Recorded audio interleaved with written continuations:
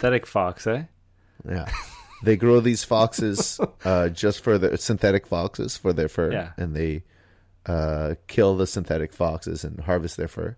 I've heard about these like fox farms. They're just a bunch of they're more like massive lumps of lard with fur growing on them. Oh, really? Oh. So it's like awful. yeah, they're a living creature, but like there's a few living creatures within one mound of flesh. What do you mean? Like a fox farm. Like it's just the fattest foxes, so they'll yield more fur? I think it's just as much fox DNA as you need to get the fur, but the rest of it is just like a mound of flesh, kind of like the blob.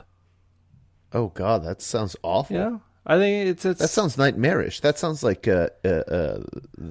John Carpenter's The Thing. Yeah, kind of. But it's more like a field, like a big field of a squishy mound of foxy flesh.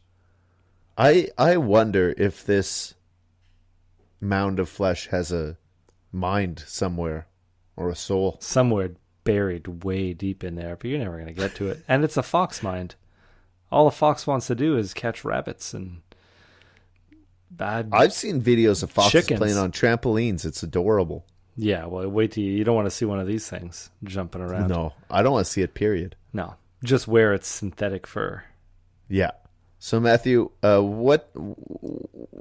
anything interesting happened to you in the past week? No. With discussing?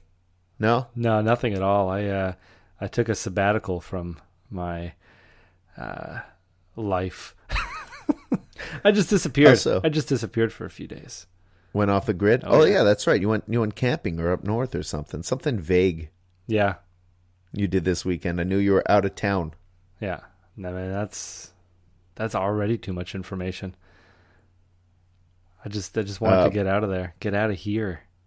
Hitchhike my way to a retreat. Were you relaxed where you went? I mean, I went to a spa. I had a nice relaxing day. I didn't have to break any glasses. No, I wasn't very relaxed at all. You just away.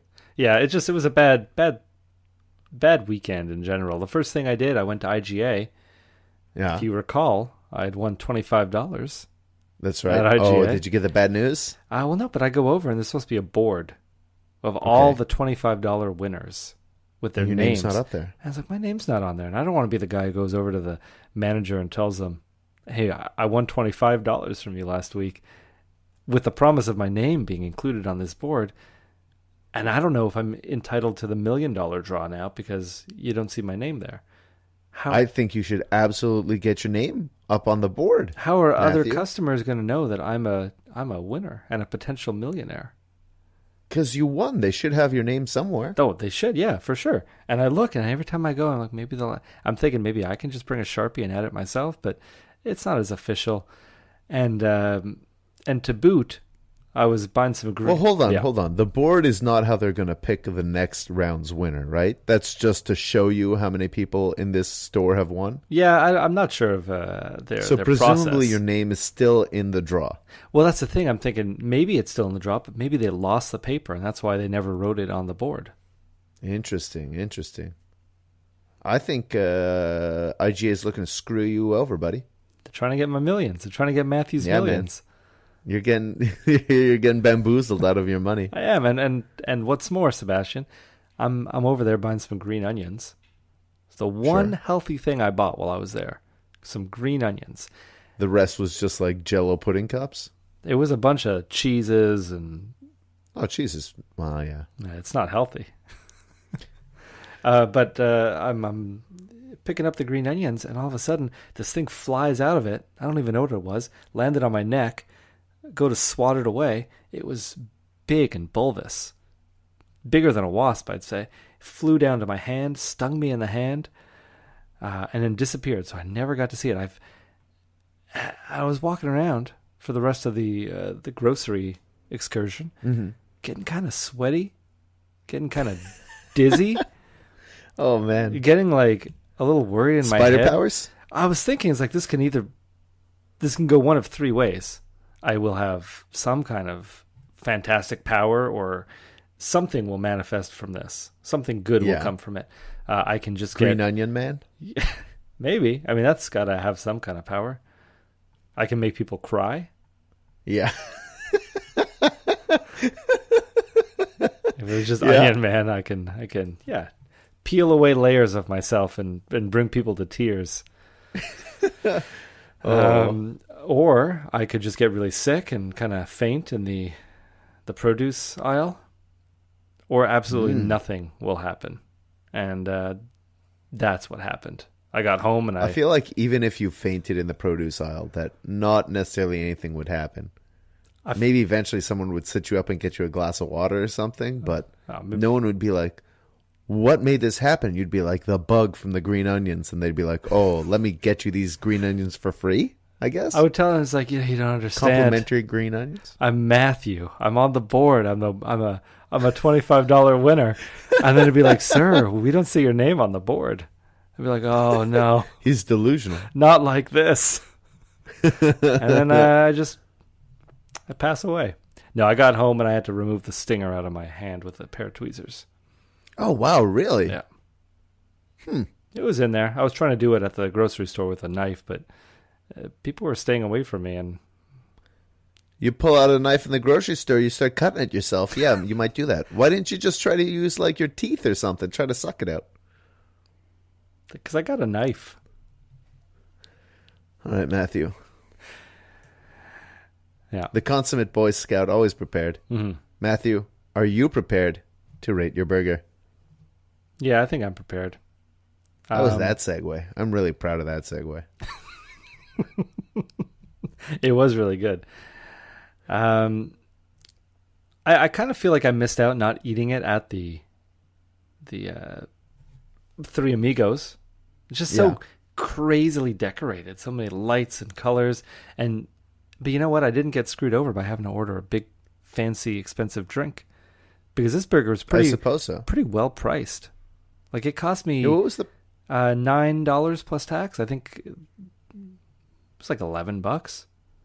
Yeah, it's a decent price. I think with tax, my beer, burger, and fries and complimentary nachos came out to being under $20. Yeah, so not bad. And the atmosphere is pretty nice. I think I've heard some horror stories about things that go on at Three Amigos behind closed doors to the food. Oh yeah, but I mean, you hear about those things everywhere.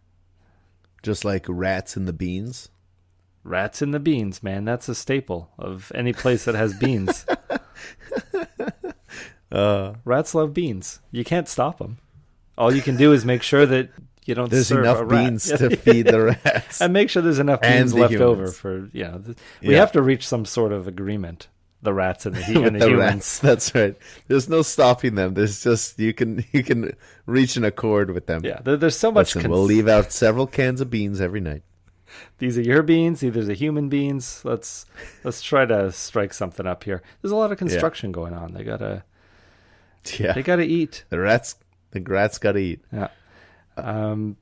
What kind of horror stories have you heard? But that's the thing. It's like people would always tell me that there are horror stories about the place. People who have, even worked there. But then they would never tell me what those horror stories are. It's like, no, if I told you, you'd never want to eat there again. It's like, oh, you're right. I like eating there. Don't tell me. Okay. So, Matthew, what did you think of the burger? What are you rating the burger? The sort of classic Kansas burger, very Midwest plain. Well, that's burger. It. This was the Kansas burger, not even full color Kansas. This is sepia tone. First 10 minutes of the Wizard of Oz, Kansas. Yeah. Real plain. I thought Three Amigos was going to do something crazy to jazz it up, spice it, go nuts. Maybe put a big old pepper in there, or something. And I was worried about it, but the fact that they did nothing to try and make it even just a little bit Mexican. Other than that sauce that was questionable where it belonged. The spicy mayonnaise? Yeah. Because they didn't put it in the burger, it was like a make your own burger when I opened up the styrofoam. Mm-hmm. So I did the best I could, Sebastien, but I couldn't make it great with the elements they gave me. And I'm going to have to give this burger it's not even that bad, but I'm going to give it I'm going to give it a 5.5. Oh, wow. Okay. I expected from your description a lower score. No, I mean, it was fine. I think that sauce really helped it out. But the patty itself was just... The first bite, I really wasn't impressed. I was impressed with the thickness of it because I thought it was going to be a lot thinner, but it just... There's nothing there. Nothing special about it. It didn't taste like too much either. The whole thing just was very bland. I wasn't very impressed with my burger either.